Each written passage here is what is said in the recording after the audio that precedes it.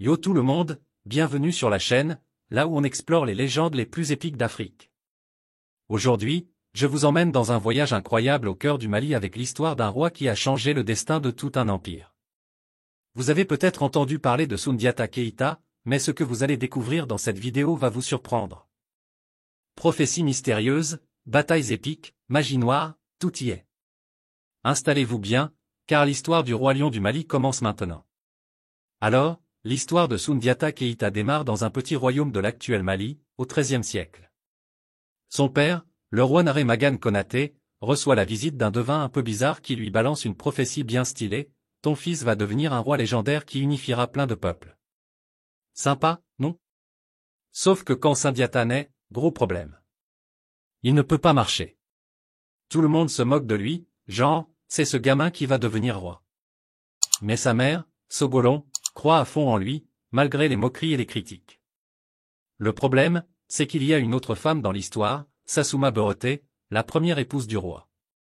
Elle veut que son fils, Dankara Ntouman, devienne le prochain roi. Du coup, quand le roi meurt, Sassouma et son fils prennent le pouvoir, et Soundiata et sa mère sont forcés de fuir. Ils partent en exil. Et là, ça devient vraiment intéressant. Pendant des années, Soundiata, sa mère et ses frères voyagent à travers différents royaumes.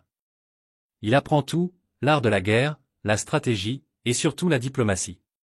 Mais malgré tout ça, il est toujours paralysé, incapable de marcher. Le doute plane sur son avenir. Jusqu'au jour où, boum! Miraculeusement, il se lève pour la première fois, et tout le monde est choqué. Le destin commence enfin à se manifester. Pendant ce temps, dans le Mali, la situation est catastrophique. Un nouveau tyran prend le contrôle, Soumoro Kanté, un roi sorcier hyper flippant. Le gars utilise la magie noire pour asservir tout le monde et impose un règne de terreur. Les anciens du royaume de Kangaba, désespérés, envoient des messagers chercher Soundiata. Le Mali a besoin de lui. Soundiata sent que son heure est venue. Avec tous les rois qu'il a rencontrés durant son exil, il forme une alliance puissante pour renverser Soumoro. L'armée qu'il rassemble est immense. Ils savent que la bataille sera difficile, car Soumoro est protégé par des pouvoirs magiques. Mais Soundiata a un atout secret, un arc enchanté, fabriqué par un forgeron mystique, capable de percer les défenses magiques de Soumoro. Arrive la grande bataille de Kirina, un vrai clash titanesque. Soundiata et son armée affrontent les forces de Soumoro, et c'est une guerre sans merci. Soumoro, avec sa magie, semble invincible. Mais Soundiata tire sa flèche bénie, qui traverse les protections magiques du roi sorcier. Soumoro est blessé et finit par fuir. L'armée de Soundiata remporte la victoire, et le règne de la terreur est enfin terminé. Après cette victoire, Soundiata est couronné empereur du Mali. Mais l'histoire ne s'arrête pas là, car Soundiata ne se contente pas d'être un conquérant. C'est un visionnaire. Il unifie les peuples de la région et établit un empire basé sur la paix, la justice et le commerce.